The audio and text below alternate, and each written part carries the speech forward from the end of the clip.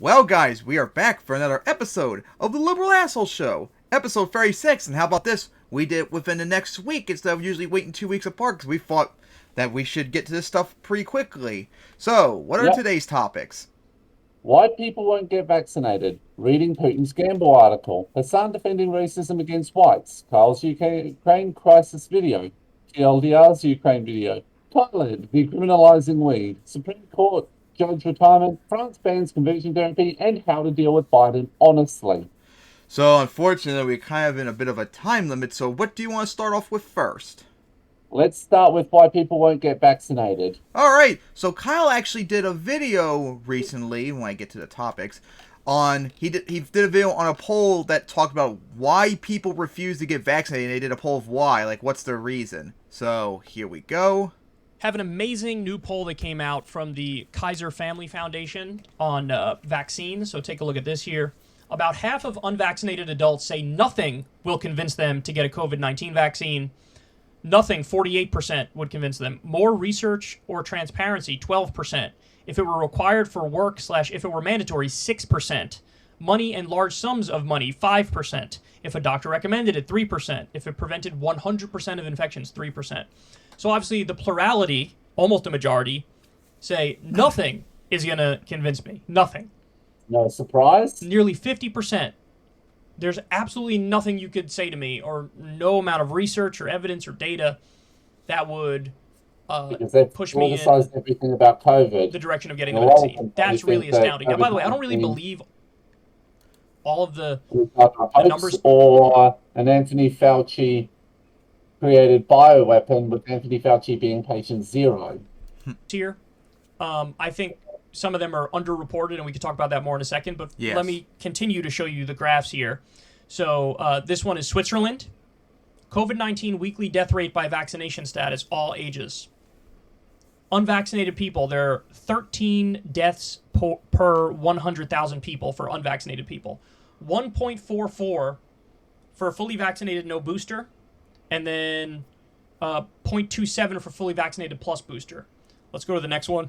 So according to that, like in Switzerland, if you are fully vaccinated with booster, it's less than one person per 100,000 that die when they get COVID.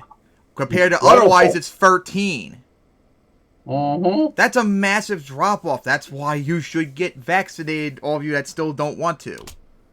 So this is weekly. 16.67 times less likely to die, at least. Yeah. Cases in New York City. Not fully vaccinated, the line goes straight up. Vaccinated, the line ticks up just a touch. And then you see underneath there, we have the Seattle area. Not fully vaccinated, it shoots straight up. Vaccinated, it shoots up a little bit, but nowhere near as much. So I'm showing you these charts because maybe one of these fence sitters is in the audience right now listening, and I want to show you that there's a tremendous amount of evidence and data and research that is not funded by the big pharma companies, which shows, no, actually, this thing does work. Harry would beg to differ. Severe illness, hospitalization, and death. Yeah, well, that's because he believes that everything is big pharma hate speech. Against that. There has been diminishing efficacy. Here's one thing. If he goes by what he thinks in regards to people who are immunocompromised and older should be getting vaccinated, he should not be getting he should not have gotten he would not have been allowed to get vaccinated, ironically. And yet he's vaxxed and boosted. In terms of it protecting you from getting it, so the new evidence is like, look, you can still get Omicron if you're vaccinated. It doesn't protect as much against getting it, but it will be much more mild if you're vaccinated. Because the virus has evolved, so the original vaccines don't work perfectly in terms of you don't get it, but you, generally speaking, you don't end up in the hospital. Asymptomatic. And you don't end up dying from it. The whole thing about, Omicron's only a cold. Omicron's only a cold in the vaccinated. Yeah. The death rate for Omicron, if you're unvaccinated, is about the same as the original strain. Yeah, so, that's why you should get vaccinated, you idiots. I'm trying to make the argument here for people, but who knows if they'll listen, because 50% of the unvaccinated say, nothing's going to change my mind. Now, I want to give you the upside of that, though. I want to give you the good news. The good news is we already have 80% of the country has at least one shot in their arm. 80%. So that means if half of the remaining say I'll never get vaccinated, that means we could still get to 90% of the country that's vaccinated. And remember, that was only 48%, so theoretically 52% could be persuaded still. That's a pretty damn good number, man. About 91%. That's a pretty damn good number. So despite the disproportionate noise made particularly online from the anti-vax community, they do represent a fringe. They're a very loud and vocal and aggressive fringe, but they do represent a fringe. Now, I said before, I'm not even sure I trust the numbers here, or certain numbers. And here's why. There were a lot of people who said in certain fields, like, look, I'll quit if I have to get, if I'm forced to get the vaccine, if there's a vaccine mandate in my particular workplace. And then when there actually was a vaccine mandate implemented, it was only like a fraction of the people who said that they'd quit who actually quit.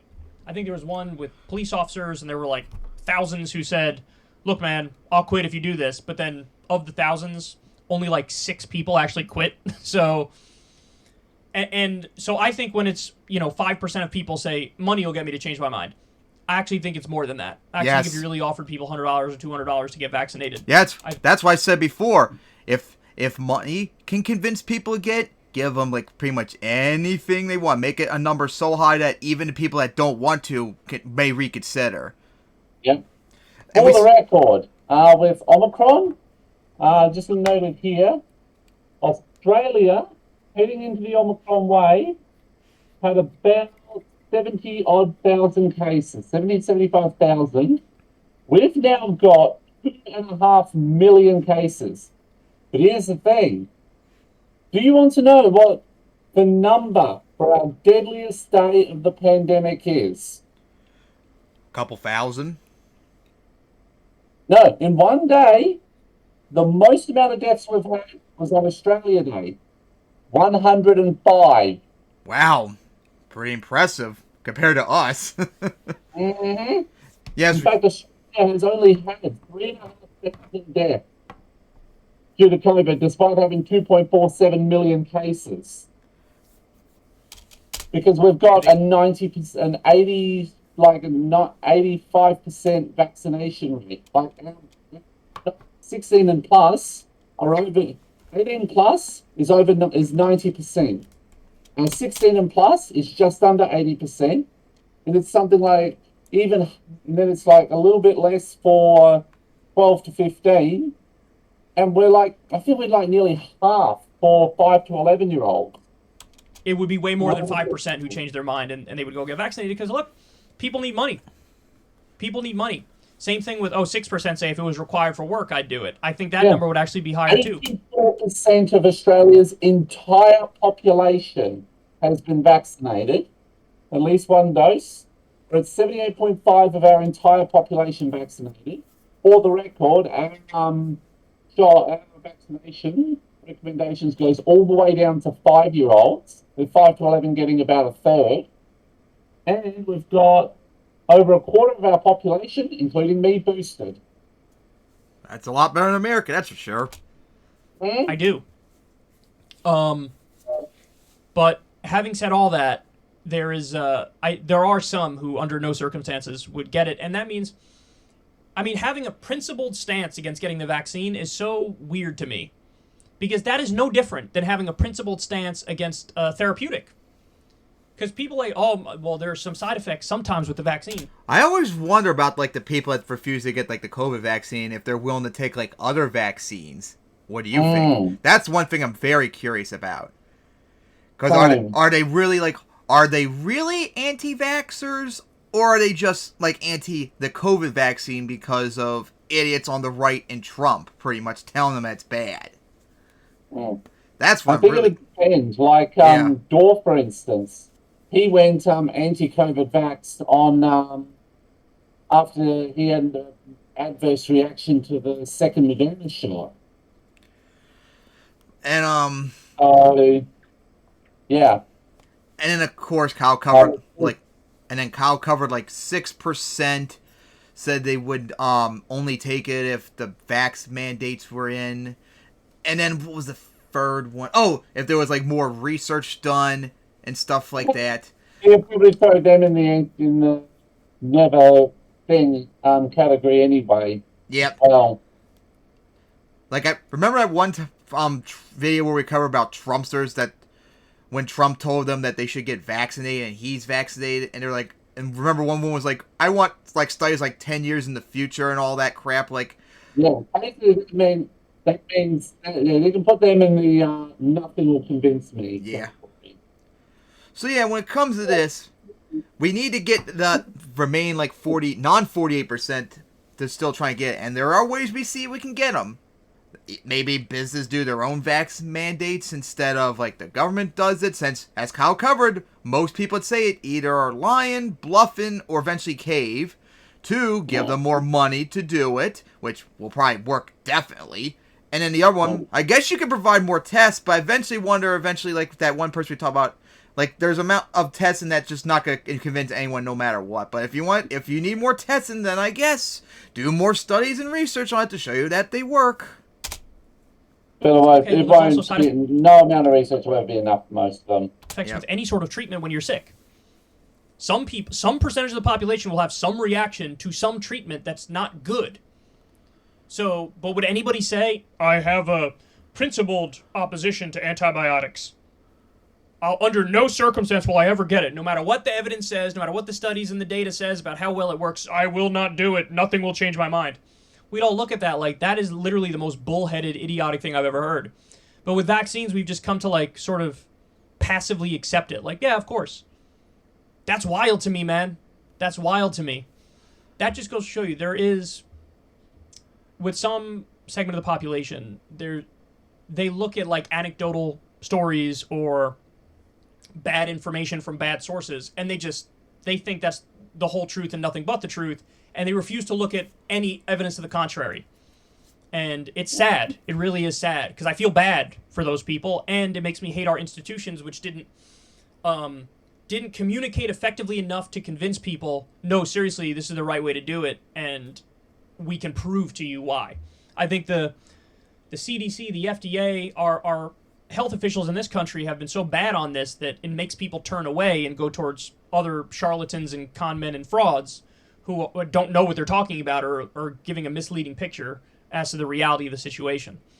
So anyway, get vaccinated. But hey, if you're in the 50% that says under no circumstances, it's like I'm talking to a brick wall anyway, so I guess just ignore what I'm saying, but do it at your own peril. And then the 52% or whatever that says things maybe could change them, well, let's do what we can to get them to change so they can get vaccinated. If they want more money, give them money. If they need a mandate to do it, then I guess businesses need to do it themselves. And if you need more research, then show more research. Although I think those people are probably not going to be convinced no matter what. Let's see the other ones. Oh, 3% if a doctor recommended it to them. I'm pretty sure most people that have doctors would already recommend, so I don't think there's really much convincing of that. That one, I reckon, that one would probably be 50-50 on eventually get it to never get it. And then a 3% of prevented 100% of infections. That's impossible, but it would be nice. They're not going. You'll never get them either. And then, I already said 12% more research transparency. So let's see, Well, the doctor recommended 3%. That's kind of iffy, like you said, because I'm sure they're already recommending it. And it's probably not working. 5% large sum of money. That would definitely work. 6% if it was required for work or mandatory. That could work possibly. So that's 11% right there. Possibly up to 14%. And then the biggest one after that's more research transparency. I mean, you could try, but I don't think those people that want more research are going to be convinced anymore. What number was that one? 48% was nothing was going to convince them. 12% was more research and transparency. 6% was for mandatory for work. 5% for money, and 3% for if doctor recommended it or if it prevent 100% effect. So basically, the actual number is about 60% who will never be convinced. Yeah, the mandatory one, large sum of money, that will probably work. The recommended one, that is possible, but I don't think it's going to work that effectively. The transparency one, I don't think it's going to work, but you could still at least try. The 100% infection, that's impossible, sadly. So that is So on the low end, we could still maybe convince 11%. Maybe on the high end, if we're really, really, really lucky, that could be like almost 30%. Mm-hmm. So yeah, what do you guys say about this? About what people say why they're refusing to get vaccinated? Not surprising. It's not surprising. It's disappointing, but not surprising. Yep, and of course, it's people like you that will nothing will convince you otherwise to take it. Is why we still have COVID today. If you sooner get vaccinated and do whatever you can to stop the spread, eventually it will go away, or at least be not as big of a deal anymore, and we would be back to normal. Because as you see, we're still not there yet, even though, what was it like? What you said, like, well, that was Australia. I think it was, last I checked, like 70% of America has at least some sort of vaccination, but it's just not enough yet. Australia's at 80. Yeah, well, didn't they say you need to get like up to 90% for it to be effective completely, or something like that? Something like that, yeah. Yeah, something like that. Anyway, Putin's Gamble article now. All right, so obviously hopefully all of you who watch it can change your mind and get the vaccination. All right, so now next up, let's see. Oh yeah, I guess maybe we should split this up into separate episodes then, since we got like 3 straight articles about the Ukraine crisis. So I'm gonna load this up. This is from the Putin's Gamble article for this one, and then we can do TLDR file next time. All right. So, anyways, as the Ukraine crisis still goes on, this is an article from the Atlantic Council titled "Ukraine Crisis: Putin the Gambler May Have Gone Too Far to Back Down." So, as we read down here, Russian President Vladimir Putin has moved to escalate tensions with Ukraine in the recent months by putting a huge and unprecedented Russian military force on its border while launching a concerted, coercive diplomatic effort sketching out new red lines for NATO. While his new steps are uncertain, some still believe that he will ultimately de-escalate. However, it is far from clear whether he can do this without losing face if, as seems likely, NATO and Ukraine only concede to very few of his demands. So this looms large in his decision-making process from now on. And for all of you that don't remember, we talked about in the last episode, you remember the Cuban Missile Crisis, right? Yeah. When that happened, Khrushchev actually completely lost like any sort of like credibility in the Soviet Union in his cabinet, and he actually was forced to step down like 2 years later afterwards. Wow. Because of it. So yeah, that's something that Putin has to worry about. So far, Putin has secured. Wait, is this? Wait, while his. Yeah, that's where you are. Oh yeah, okay, I read this part. So far, Putin has secured a number of wins from the current crisis.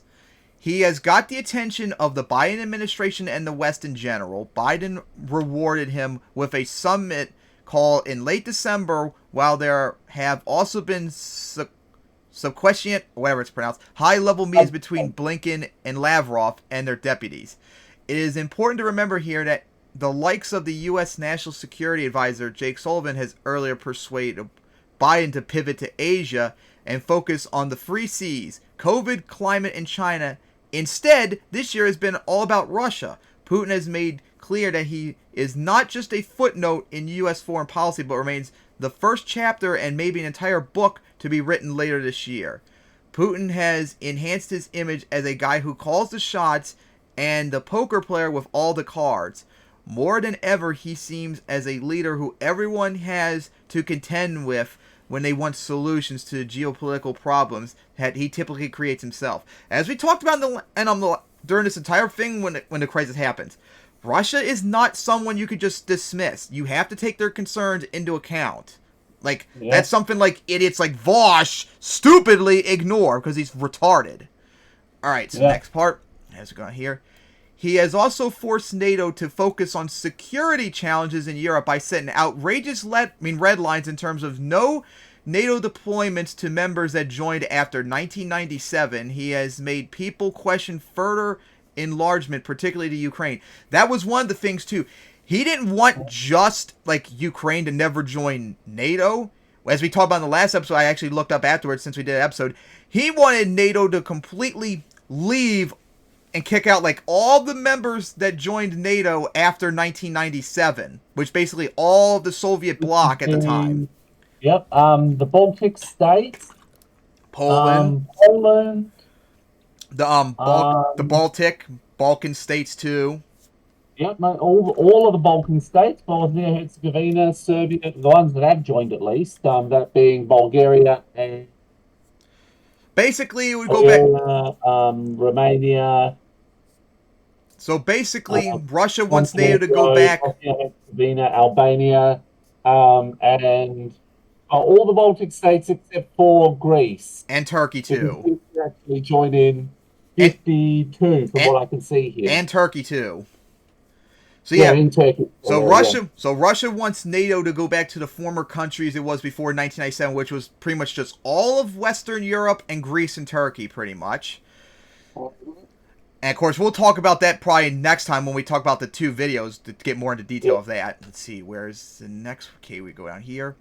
By creating a crisis in Eastern Europe, Putin has succeeded in exposing Western weaknesses and divisions, both within the EU and in terms of Europe's relationship with the US.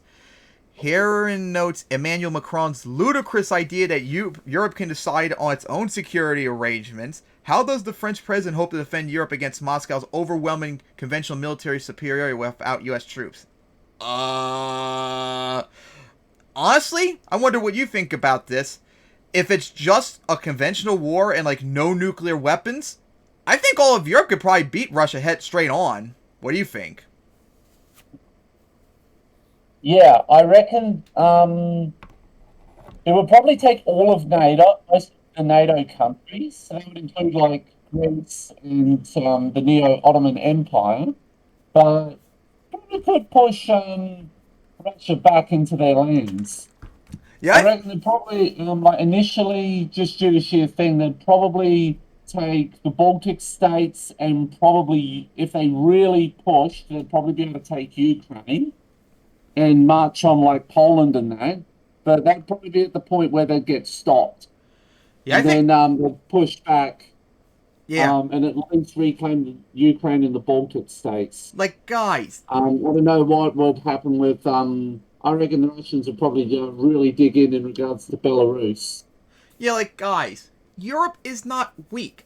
Combined, they're probably just as strong, maybe up there with, like, America. Like, a lot of these countries are military powers for crying out loud.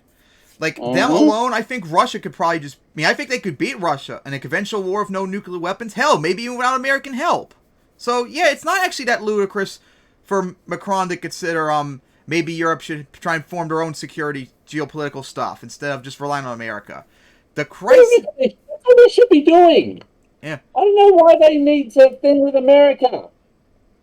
Germany's role has also been brought into question by tribulations over the Nord Stream 2 pipeline, together with Berlin's incredible double standards in not providing defensive weapons to Ukraine and preventing others from doing so.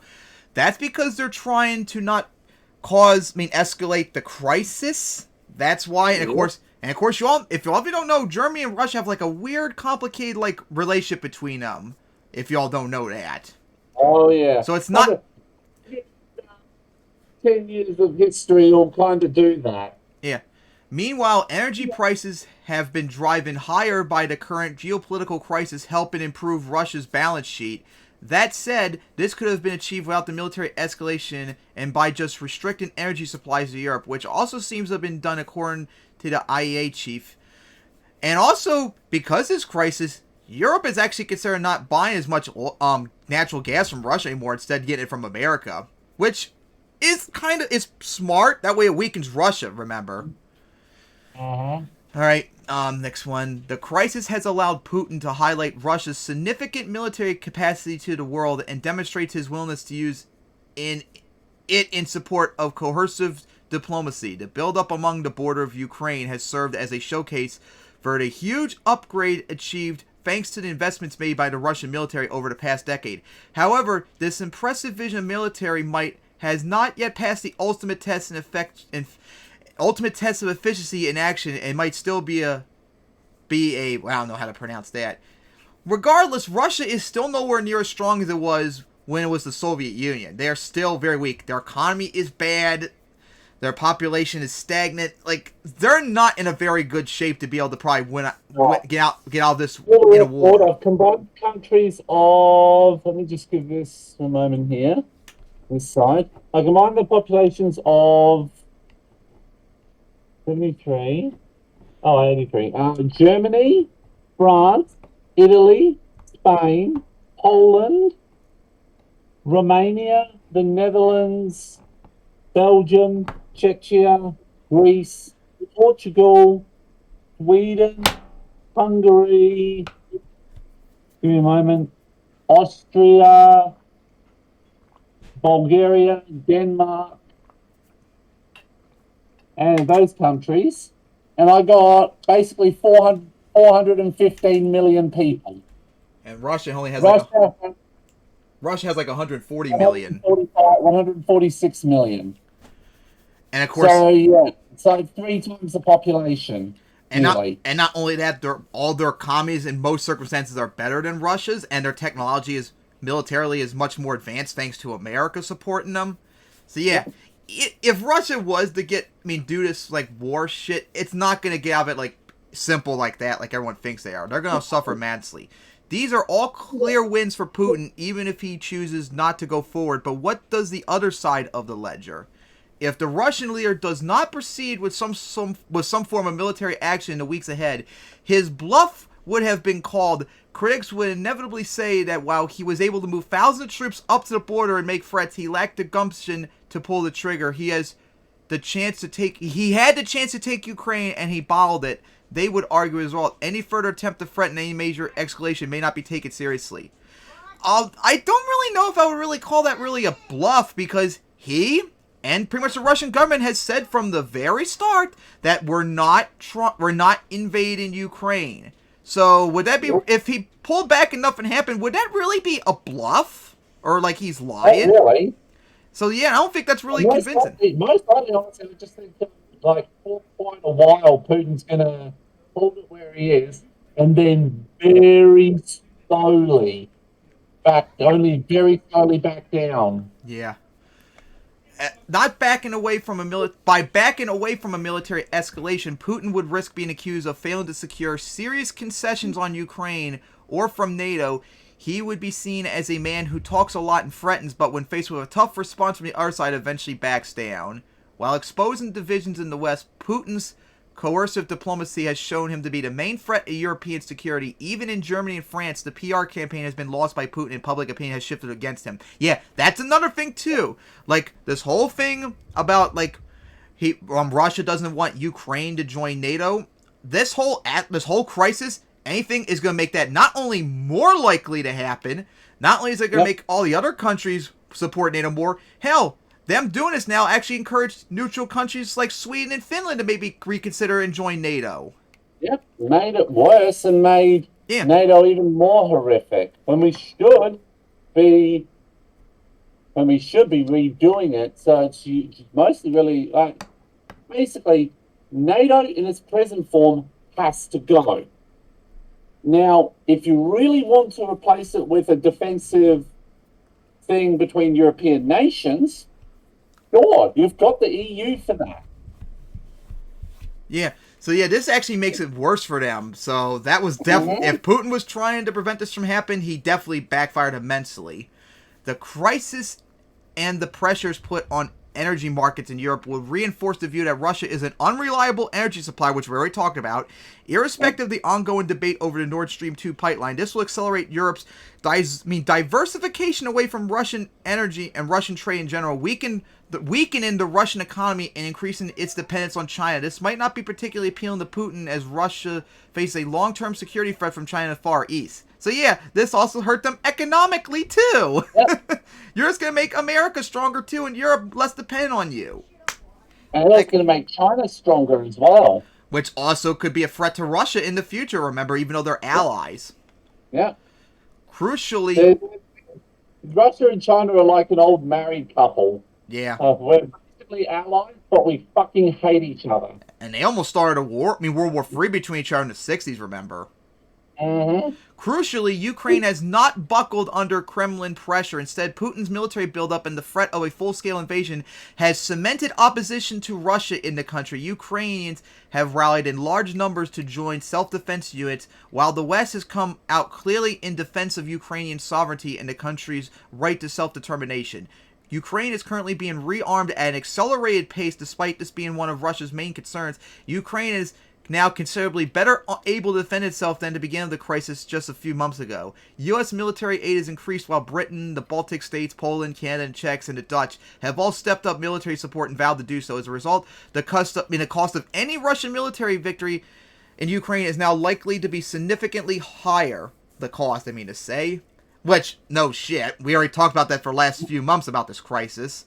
Putin is already paying a price for the current confrontation, which is further damaging Russia's image as an investment destination. Geopolitical and sanctions risks have increased. Fewer foreign investors will want to invest in a country, and those already there will reduce exposure. This means higher costs of capital and lower growth. This also means lower living standards for Russians and a greater risk of a Kazakhstan-style social unrest. Putin will likely respond with more repression. Russia risks becoming trapped in a vicious cycle of less foreign investment, lower growth, and declined living standards. Given the numerous negative outcomes Putin presently faces, I would argue that he risks emerging from the current crisis as a net loser unless he proceeds further. Does he see this does he see it in the same way? If so, will he escalate from here? At this point, he may feel like he has little choice. I don't think so. No, I don't think he sees it that way. I think he's already got at least some of what he wants. Well, right now, it's in geopolitical interest to just keep Crimea and not go any further.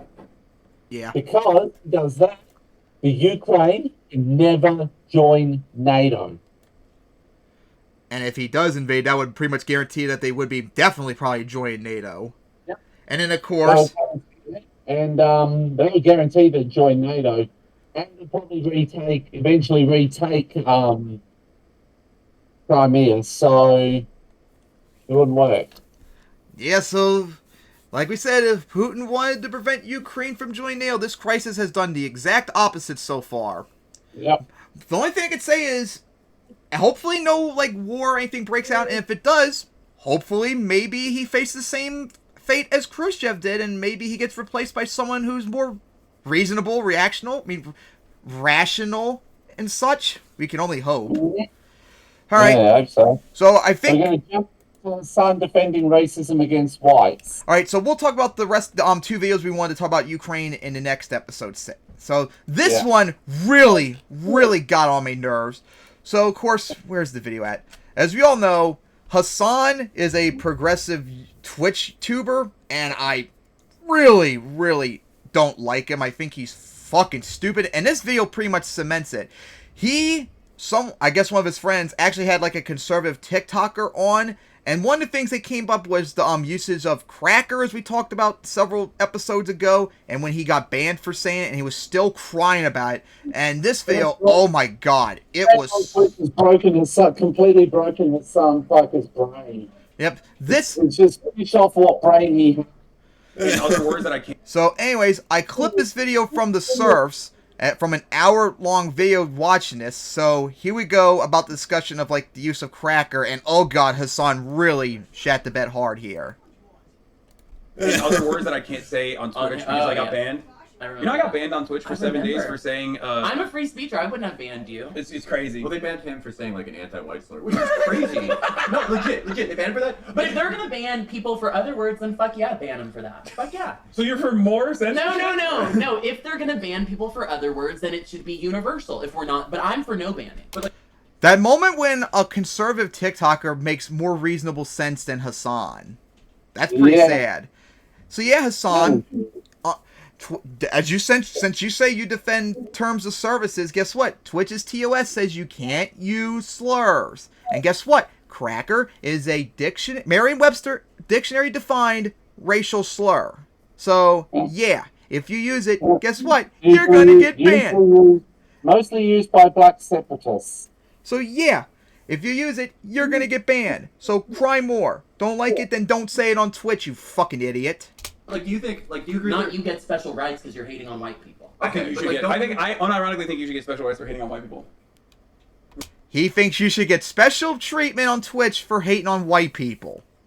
Oh my fucking god. Hassan, what the fuck is wrong with you? take out white, put in black, and sound. And go full on anti-white. Hassan, take out white, put in black, and see how silly you sound.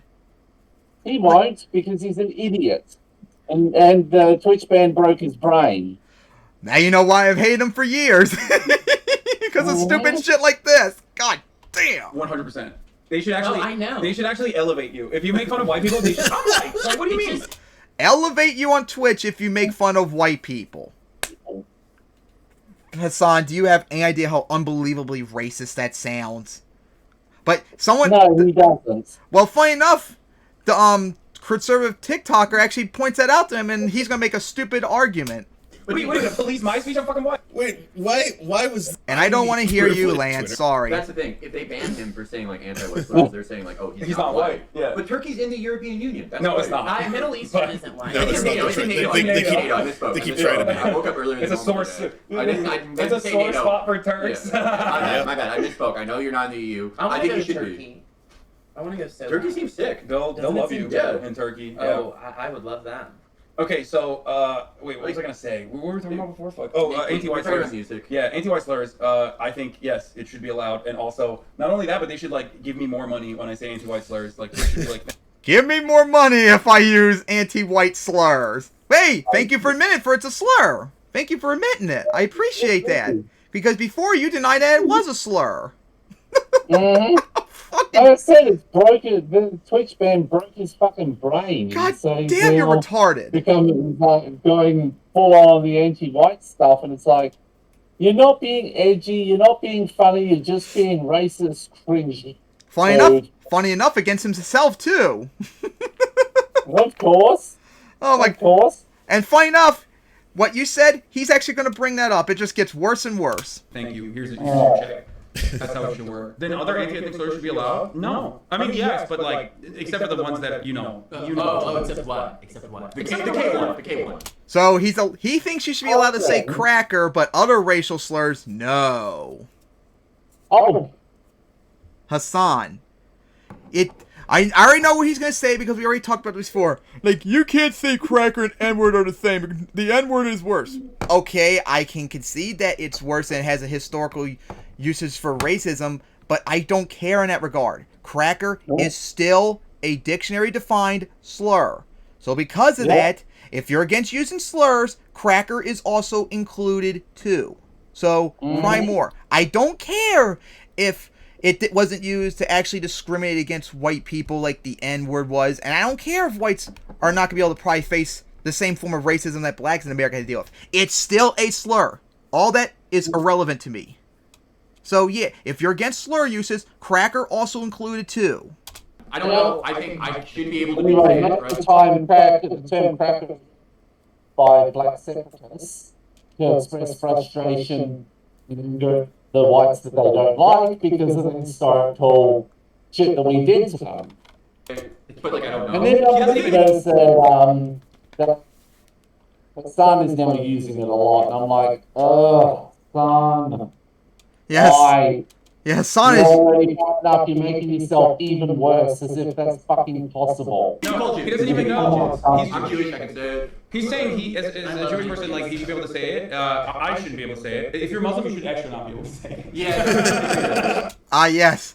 If you're a certain ethnic group, you can use any of those slurs, but if you're not of that group, you can't.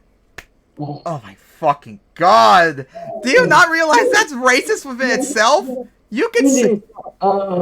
He's going for the strong end of the SJW in 2016. Oh my god. Hassan, anyone can use racial slurs. It all depends on what context they're being used. Jesus fucking Christ. No race has an exclusive use to a slur. Everyone can use them. What matters is how it's being used. Yes, there is. If it was my friend who's Muslim, if it's my friend who's Muslim, I would be like, okay. Are you gonna get the pass? Do you guys give passes? And God, Lance is fucking stupid when he watch this shit. Why can you give a pass for the C word? Yeah, I think so. Why don't watch the films?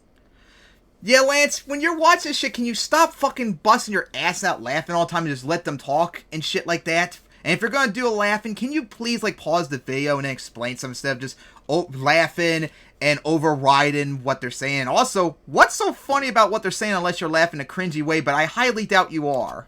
I'm learning so much. I'm learning so much. You know, this is what I was really curious about. Were we gonna get to the core of this? Are we gonna learn about the C-word pass? I used to make jokes about the C-word pass back in the day, and then people were like, "Lance, does it count? You're like half white. Can you do it if you're half? Can you be mixed race?" And anyone can use it. We still don't know. We don't have a good answer to that question. Yeah, we do. Anyone can use any racial slur as long as they use it in a context that's not racist. There you go. We found out. Yep.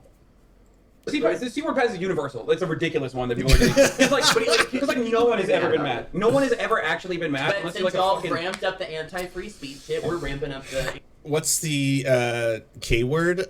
When children play with that thing that flies in the sky along a string, they run down the street, replace the T with the K sound, and that's the slur for Jewish people, which, yes, I'm sure is absolutely banned on this platform. I don't know for a fact, but I would agree that one's probably banned. I mean, this goes back to that discussion. That one is actually on par with the N-word.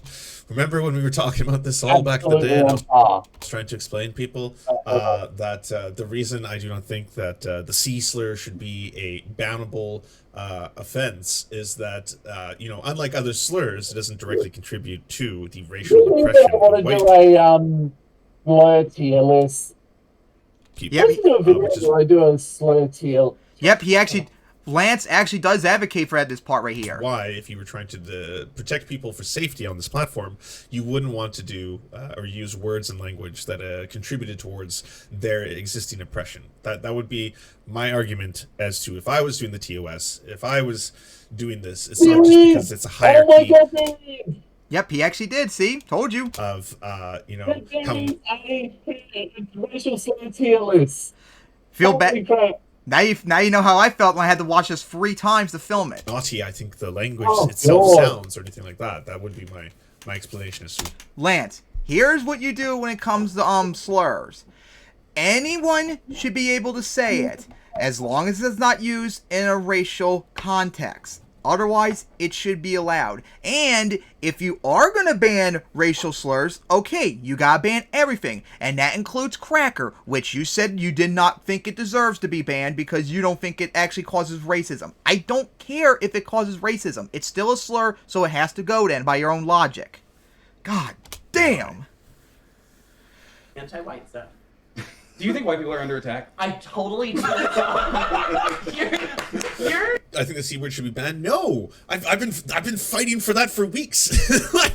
I've been tarnished online for saying such things. No, I do not think it should be banned. If you were to ask me, do you think you should, in anger, use it? No, I think it's lazy to use racially charged language just off the bat if you're insulting people. So no, I'm not pro. You should insult white people by saying the C word. I'm just that it's ridiculous to me that someone would be banned for using the C word as opposed to. Why? Why is it ridiculous? It's still it's a slur. It's still a slur. And Twitch's TOS says no slurs. So how is it ridiculous? Like, do you want me to show you the dictionary definition of it? Because I can look up on Merriam-Webster. Guess what it says? That's a racial slur. So that's like the main authoritative source on this. So cry more. There are things like you can still use the R slur as much as you want. I personally just don't use it, but I can start saying right now. I could be like, "Hey, my R slurs. How's everyone doing?" Here we go. Lance, stop. Offensive. Oh, here we go. Hello. Offensive. Used as an insulting and contemptuous term for a poor, white, usually Southern person. So there's your big one. Yes. Sometimes offensive. A native or resident of Florida or Georgia. Used as a nickname. And guess what, Hassan? Just say retard instead of being a PC. Like, come on. It's not that big of a deal. What's its face?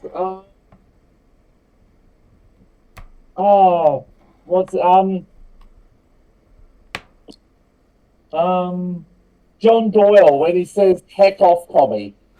John Doyle, how can you be so against political correctness and yet be such a PC pussy that you don't use the word fuck?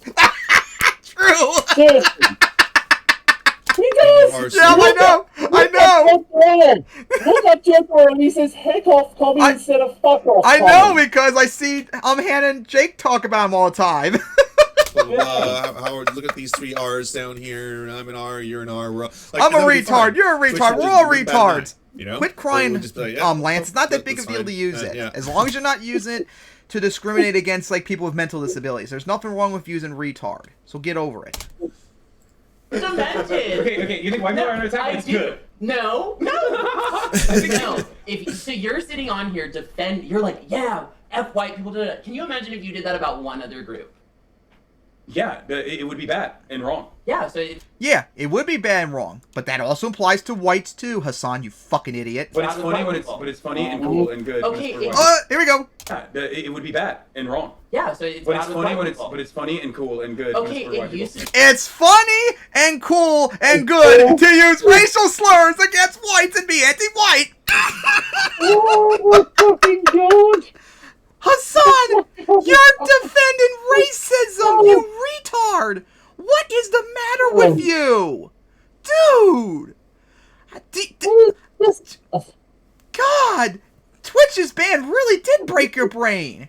Maybe you should have been banned permanently for this. That's what I've been saying for the last fucking 15 minutes.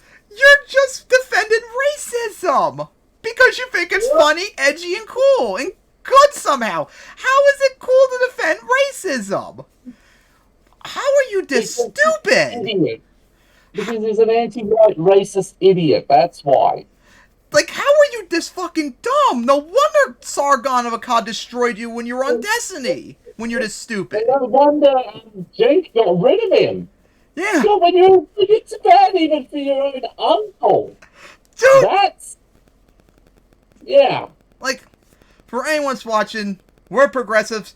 Hassan is progressive. We fundamentally condemn him for this shit. This is just disgusting and wrong. No one should watch him again after seeing this crap. Defending racism against whites. Like, what the fuck is wrong with you? You're a piece of shit, Hassan. You know that? No wonder I hate you for years.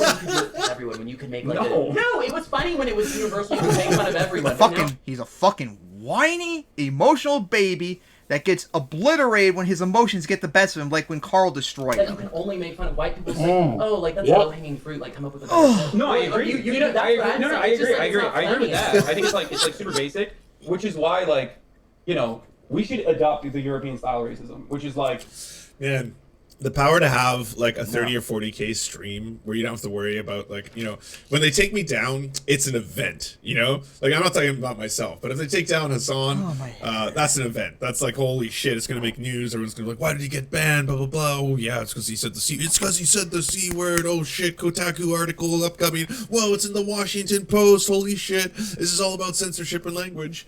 We don't need your Meanwhile, like- commentary, sir. This is why I watched you for about 3 videos. And now, Yeah. and I stopped. Every other small... Yeah, there's a lot of times where he is really stupid. We're going to send out that shit. But believe it or not, he's a lot more rational than people like Hassan, which is saying something. Like, gone. That is sad. And you want okay. Yes, I'm going to borrow this term from Jimmy Dore. You want a shit lib, Hassan Piker would probably be a very good example of one. Yeah, he is a shit lib. Like, for God's And sake. the actual one, not the smeary way that Jimmy Dore does it towards those who criticize him. Yep. Hassan is an absolute shit lib. Yep, and Lance is a lot of times too. Mm-hmm.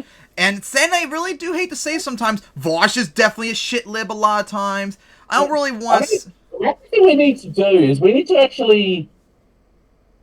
to properly define like what things like doorknobs, shit libs, things like that are within the online left. Yep, And we need to do it. Not Jimmy Dore, because Jimmy Dore uses shit lib for everyone who disagrees with him. Yep. It's the same with Hinkle and them. Or Harry when he had his meltdown with me on the Pokemon server. No, he's not being a shitlib there, he's being a doorknob. And of course, I hate to say this too, but Hannah and Jake, a lot of times you guys act like ship libs when you defend this stuff too. like, I really hate to say it because you're a lot smarter than, like, Hassan, but you kind of do need to stop. Like, a lot of progressives on the left, like, well, I don't think they would even call themselves progressives, more like leftists. Like, a lot of times you guys are just brain dead retarded, and I hope you get triggered by hearing that. So yeah, fuck you, Hassan, for defending racism against whites. It's disgusting. No. Absolutely. Cracker is a slur. It's not debatable. It's dictionary defined. So, if you don't like getting banned on Twitch for using it, then don't fucking say it. And if you get banned again, I probably won't have no sympathy for you after watching this. And stop defending racism against whites. It's not cool, it's not funny, it's not good, it's bad, just like it is against blacks and anyone else. You fucking jackass. I can't stand him. Alright, so now what to watch next? Hopefully something good. Thailand decriminalizing weed. Ooh! And this is, I wonder how triggered Vosh will be, because guess what this is from? RT! Oh boy. Oh, so Vosh, since you think RT's wrong every single time, I guess you're going to dismiss this, but this is very good. Thailand became the first Asian country to decriminalize weed. Questions still remain about the legal status of recreational marijuana use, which is always. Thailand has become the first country in Asia to decriminalize marijuana use. The health minister called the people to use the drug for their benefit rather than to cause harm. Health minister, I'm not going to pronounce your name, a longtime supporter of weed legalization, announced in a lengthy Facebook post that the Narcotics Control Board has finally agreed to exclude all parts of the cannabis plant from the government's list of controlled drugs. The change will enter into force 120 days after the announcement in the government Gazette. So I guess it's going to be like May or June when it's actually done, which is really stupid. Calling the announcement good news, noted that the rules and frameworks for noted that the rules and frameworks for planting and using marijuana needs to be established to make sure that cannabis will be used for the benefit of the people in medicine, research, and education. How about if people want to use it recreationally, they should be allowed to do it? How about that?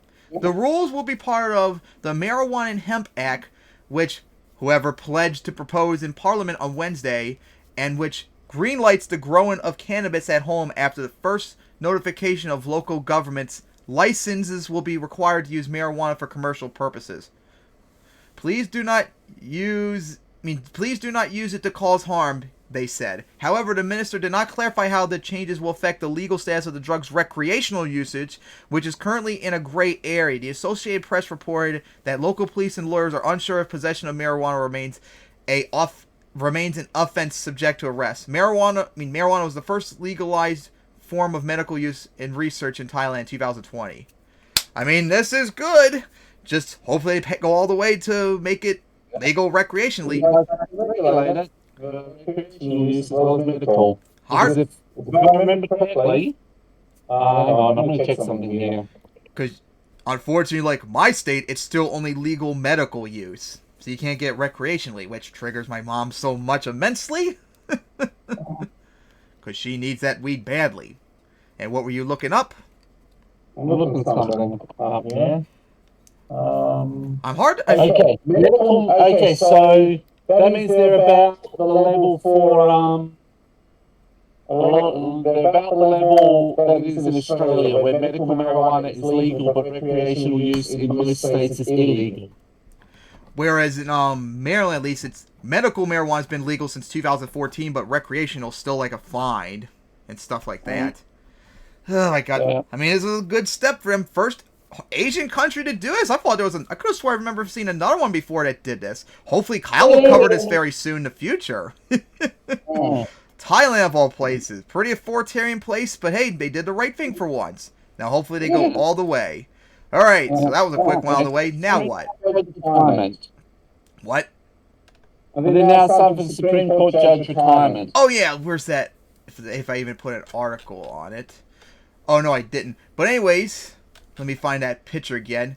Oh yeah, Supreme Court Justice Stephen Breyer is retiring recently, and Biden is gonna get a replacement for him. Hopefully he does, and hopefully the Supreme Court, like you mentioned, cinema won't stop him. Oh, I think I remember. I think there was a video from. getting a lot of this shit passed. Oh, now I remember there was a video from the Humus Report I forgot to post, but we're not gonna have enough time to watch that. That was over 10 minutes. So Biden says, this is kind of cringy, that he was going to nominate the first black woman to the Supreme Court. I mean, that's nice, but that should not be the main priority. What should be the main priority is that they're progressive, not their race or sexual, or their sexual identity and all that. But whatever. But Mike did a video on this, and it covered 3 women in particular that he might choose. One of them sounded pretty progressive, at least Mike covered on her, and he made it sound like she was really good. The other 2, not so much. And thankfully, the progressive one that Mike liked sounded like the one right now that Biden would most likely go with. So that's good. Good. Yeah, so hopefully, unfortunately, Breyer is a liberal, so it's just replacing a liberal with another liberal, so it's not going to change the 6-3 conservative rule. But hey, it would be nice to get this done right now. If you're going to retire, do it now with Biden in office, although it would be nice if he probably did it a little bit sooner. That way Biden could have had more time, because we all saw what happened in 2016 when Scalia died and Obama tried to get Merrick Garland on the court, and the Republicans blocked him the last year in office, remember.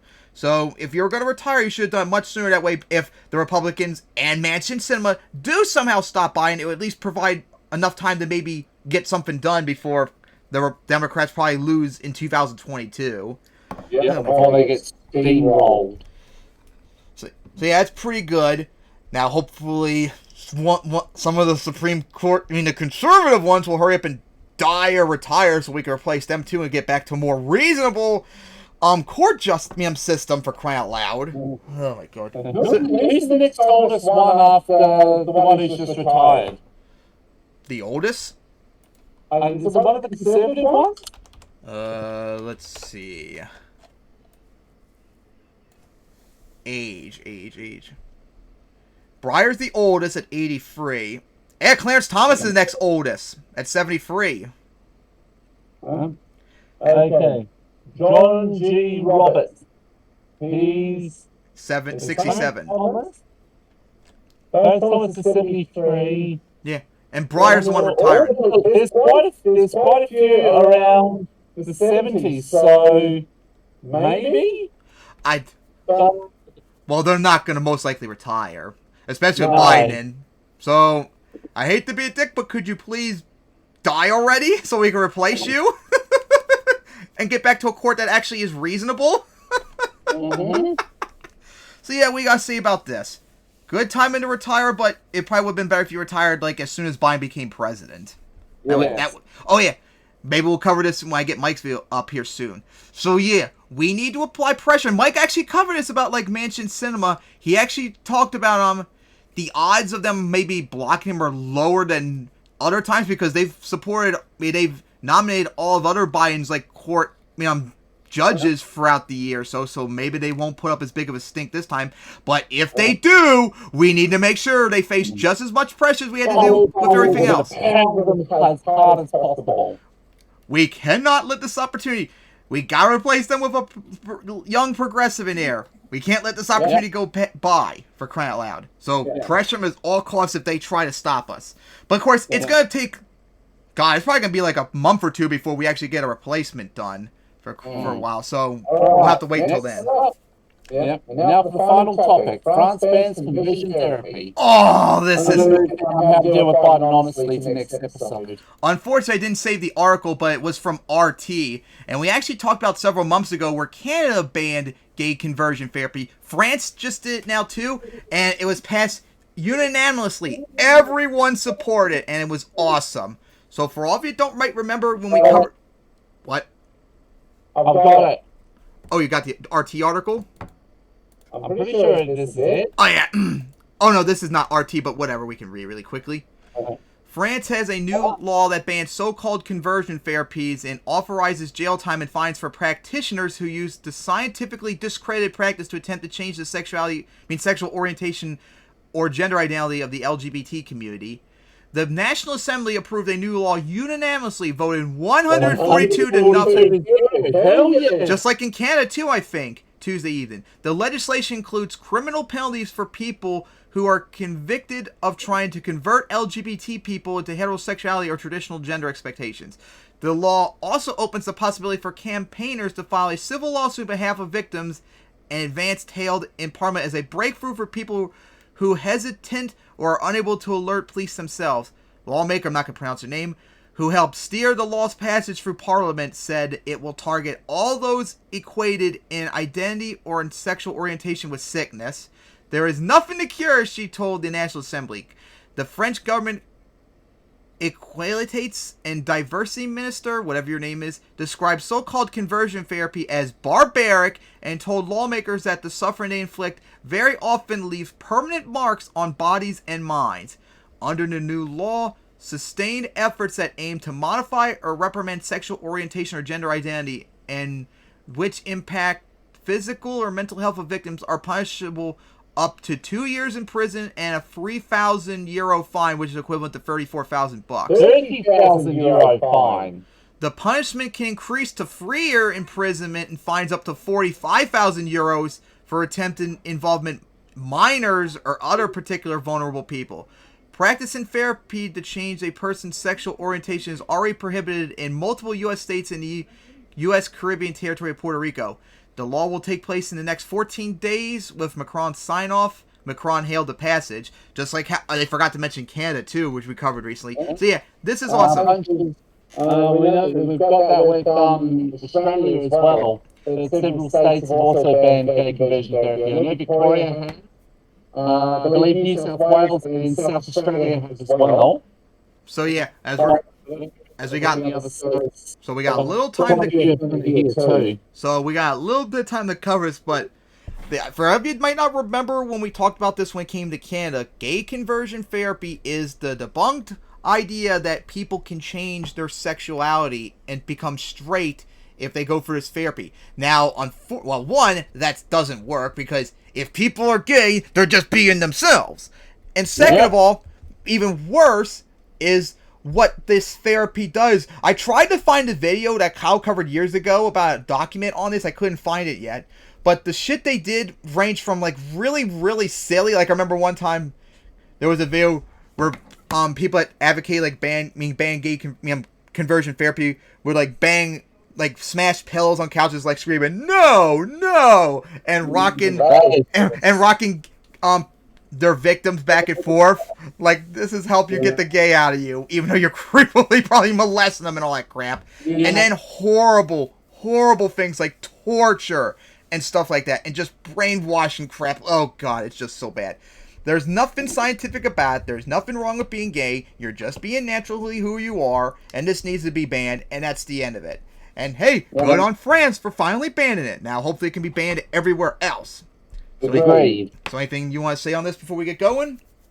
Not really, but I'm just glad that these sort of practices are finally being outlawed.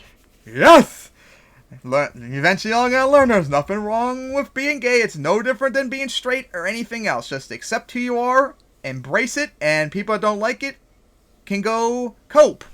How about that? Alright, so that's going to wrap up this short episode here. We still have a whole bunch of episodes we'll cover. Maybe if we have time, maybe we'll cover it in the next week, maybe, perhaps. We'll wait and see on that. So, see you all next time.